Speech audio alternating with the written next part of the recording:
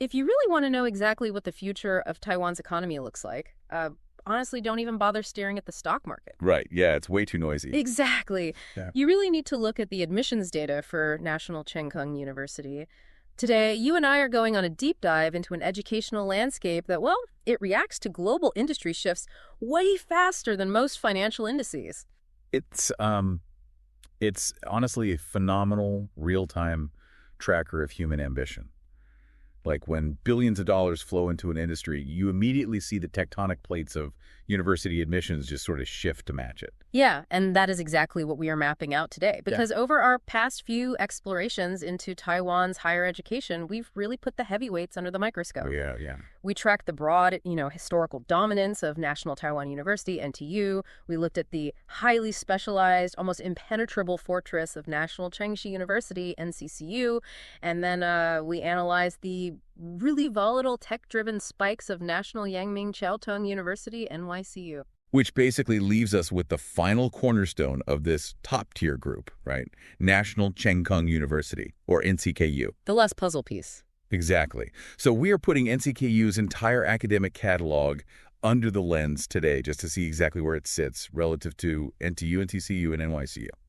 But before we dive into the specific departments, I feel like we really need to clarify our instruments here. We are tracking a metric called popularity, which is ISU. And this isn't, some subjective poll of what high schoolers think is cool right now. No, not at all. It's a hard mathematical calculation. It actually relies on a synthesis of two very distinct metrics. So the first one is rank COT. Right. And this is the national threshold required to pass the first stage of the application process. So a smaller number basically means it's harder to get in. Like you need a higher relative score among everyone taking the test nationwide. Exactly. Okay, so rank is essentially a measure of exclusivity. It is, yeah. But exclusivity on its own can be pretty misleading. And that's why the second metric is so important.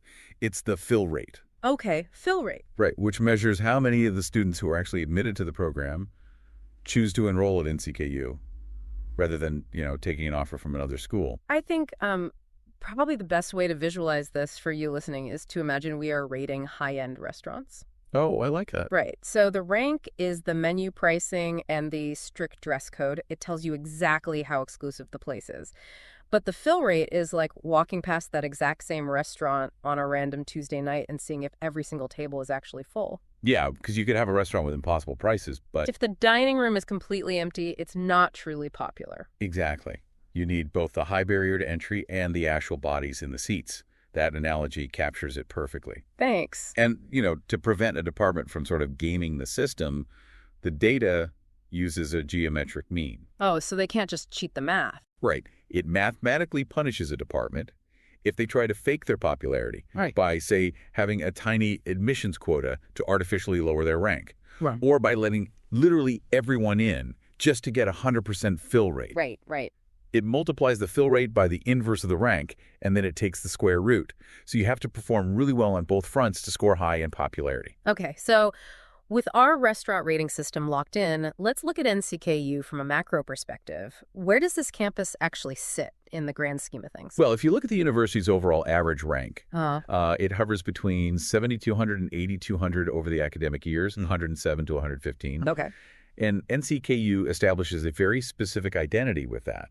It averages a higher barrier to entry than NCCU, but it sits just slightly below the overall averages of NTU and NYCU. Got it. So it is essentially the quintessential, stable, upper-middle tier, engineering-focused, comprehensive university. Wait, I need to push back on that word stable for a second. Yeah, because when we looked at NYCU's data in the last deep dive, we saw these massive, violent fluctuations. Like when a specific tech sector like AI boomed, NYCU's related departments just rocketed upward. Is NCKU somehow insulated from that? Well, not insulated, but structurally it's very different. NCKU benefits from the exact same semiconductor and AI tailwinds as NYCU, but its baseline is just much broader. What do you mean by broader? Well, think of it like the difference between holding a volatile, high-growth, single-sector tech stock like NYCU and holding a highly diversified, incredibly reliable tech index fund. Ah, I see. Yeah, NCKU absorbs the growth much more evenly across its department. Even an index fund has its top-performing assets, though. Let's talk about NCKU's absolute hardest departments to get into, the crown jewels that actually go toe-to-toe with NTU and NYCU. Right. The absolute peak is medicine. NCKU medicine sits comfortably at number 3 nationally, trailing only NTU and NYCU. Wow, okay. And matching that intensity on the engineering side is electrical engineering Group A, which also secures the number 3 spot nationally in its respective field. So basically in the two most competitive arenas in Taiwan, training doctors and training chip designers, NCKU is competing at the absolute highest level. Totally. But there is one data point in the medical field that seems to be kind of breaking all the standard growth models. Ah, you're referring to dentistry. I am. NCKU dentistry's trajectory is stunning. The numbers absolutely back that up. If you compare the 4-year trend of academic years 108 through 111 against... Oh, because of the lifestyle. Exactly. It offers the elite status and the high income of the medical field, but with vastly more predictable working hours and, a significantly lower likelihood of burnout compared to emergency or general hospital medicine. So they are basically optimizing for both income and lifestyle security at the same time. Precisely. So the core takeaway here is that NCKU's top tiers possess this sort of quasi-top university competitiveness, entirely driven by those twin engines, medical necessity and semiconductor dominance. Okay, let's move beyond the crown jewels and look at the actual engine room, so to speak. If medicine and EE Group A are the peaks, NCKU's secondary top tier is where it truly flexes its muscles in sheer volume. Definitely. This is the tech and engineering backbone. While NCKU might lag slightly behind NTU's absolute peak in electrical engineering and computer science, it just crushes a humanities-focused school like NCCU. Right. And it strongly matches the broad middle tier of NYCU.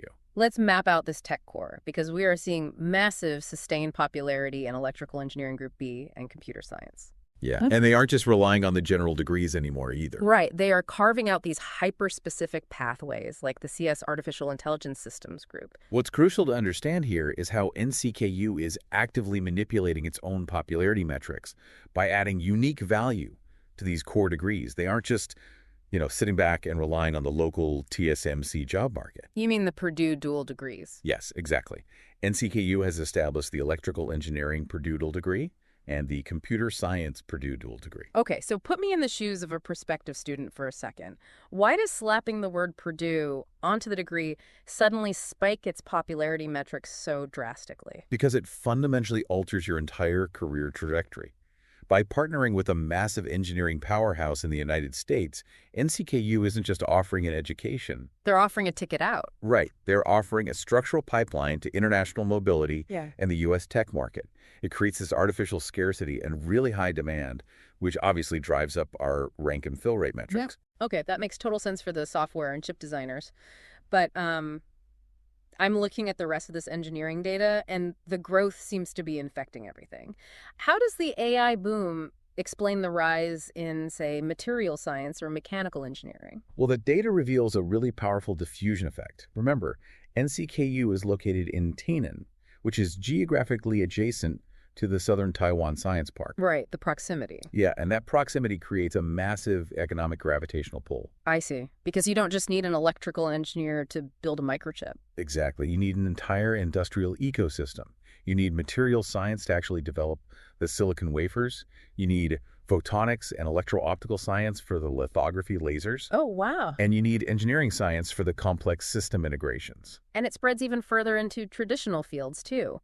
Because we're seeing steady growth in aeronautics and astronautics, mechanical engineering alongside its own mechanical Purdue dual degree, and even chemical engineering. It's the ultimate supply chain. When the tech sector as a whole expands, this entire diversified block of NCKU engineering programs just rises with the tide. But a society isn't just made of microchips and algorithms. You have to physically build the environment those chips are manufactured in. Yeah. And this brings us to NCKU's physical infrastructure and design departments, which historically form a massive part of its DNA. Right, and notice how the diffusion effect applies here as well.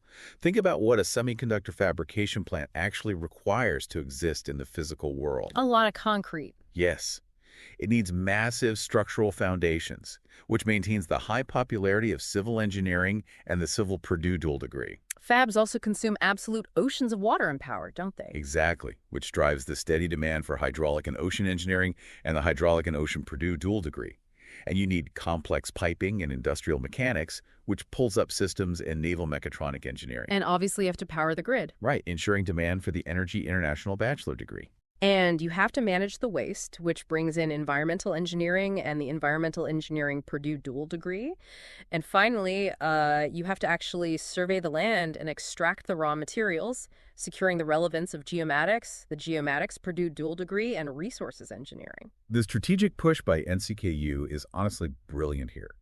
They're taking these traditional heavy-lifting infrastructure fields that might otherwise struggle to attract top modern talent, and they're elevating them by attaching those global Purdue credentials. It's a massive portfolio, and that's before we even touch the design sector, which remains really robust with architecture, urban planning, and industrial design.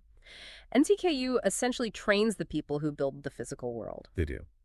But physical infrastructure is really only half the equation here. Let's pivot to human infrastructure. Yeah. We established that medicine and dentistry are top tier. But how does the broader biomedical and health sciences ecosystem perform?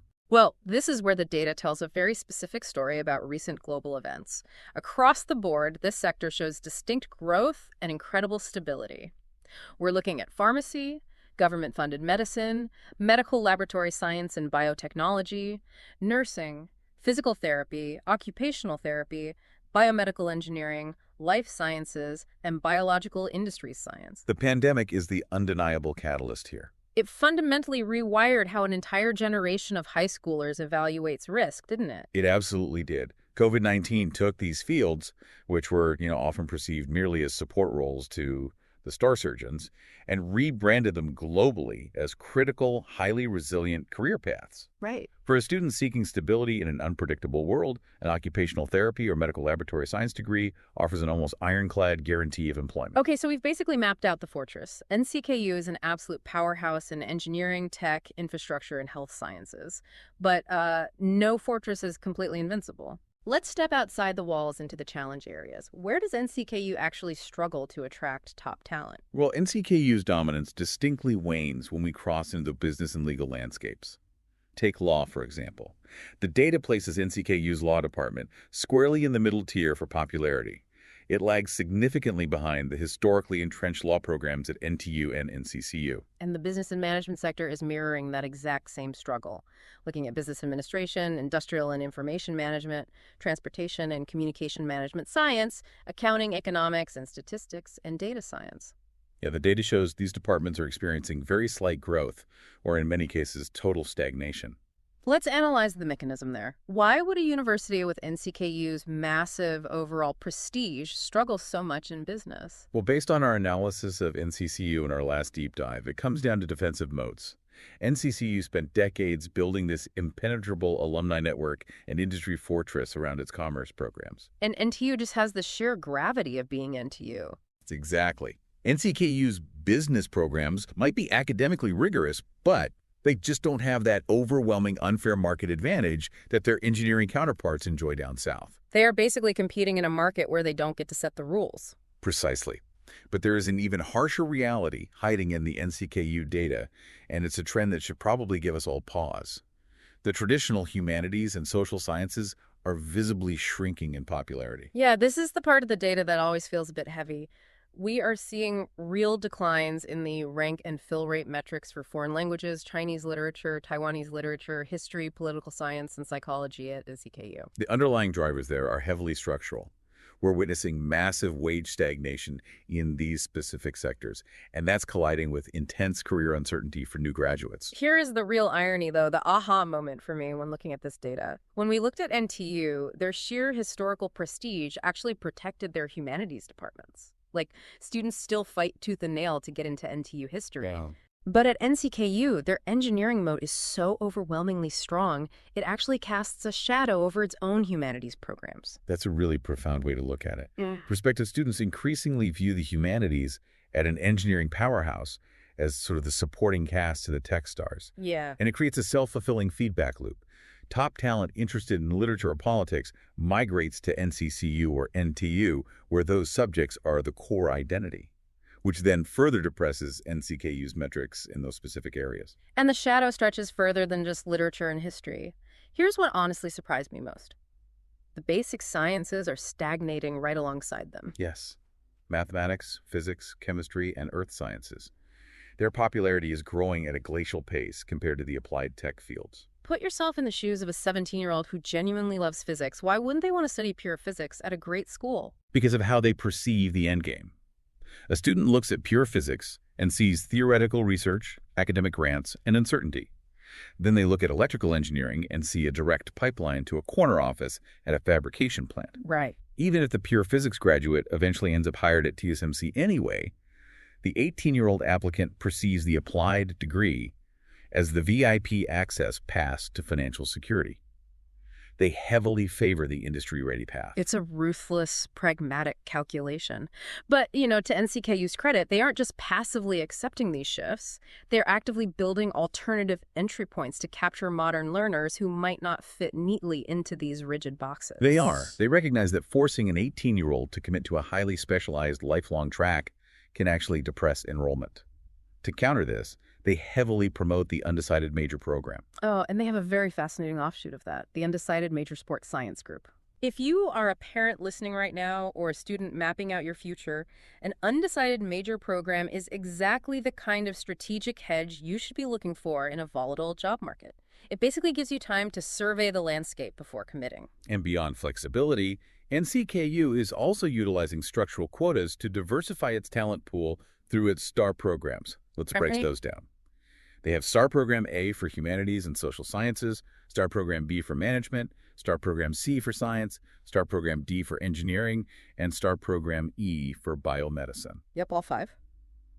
But what does diverse backgrounds actually mean in this context? Is this just marketing? No, it's far more than marketing. These are structurally designed quotas meant to pull in talent from outside the traditional urban elite high school pipeline. It provides access for students from rural areas or non-traditional academic backgrounds who might not have had the resources to perfectly optimize their test scores, but who possess immense raw potential. That's great. It ensures the campus, particularly that massive engineering ecosystem, doesn't just devolve into a cultural echo chamber. So we have all the pieces on the board now. We've seen the soaring heights of dentistry and the AI tracks. We've seen the massive, unshakable foundation of the infrastructure and biomedical programs. And we've examined the real structural struggles of the humanities, law, and pure sciences. Right. If we synthesize all this data, what is NCKU's ultimate strategic position? NCKU's power doesn't come from being the absolute #1 in a single isolated metric. It lacks the explosive, singular peaks of an NTU medical cohort or an NYCU electrical engineering flashpoint. And its humanities and business programs are clearly fighting an uphill battle. True. But its position is secured by its breathtaking scale. Its robust, incredibly diversified engineering and medical supply chain makes it an absolute juggernaut. It is the most consistent, broad-based beneficiary of Taiwan's tech boom. It is basically the bedrock of the island's industrial talent pool, an index fund that just keeps delivering steady, massive returns for the economy. Which really forces us to ask a larger question about what this data is actually telling us about the future. Exactly. And that leaves us with a final thought for you to ponder. We are watching universities like NCKU and NYCU see their applied engineering and medical departments surge in popularity, driven entirely by the immediate demands of industry.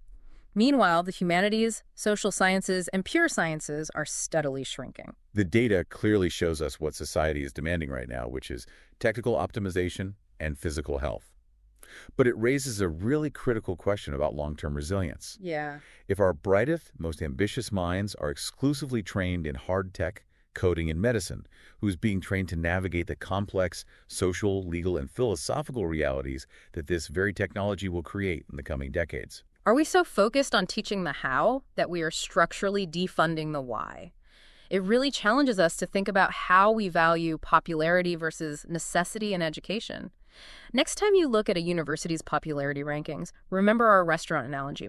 A packed dining room tells you exactly what people are hungry for today. Yeah. But it doesn't necessarily tell you what kind of nutrition we need to survive the long winter ahead. Keep diving deep, and we'll see you next time.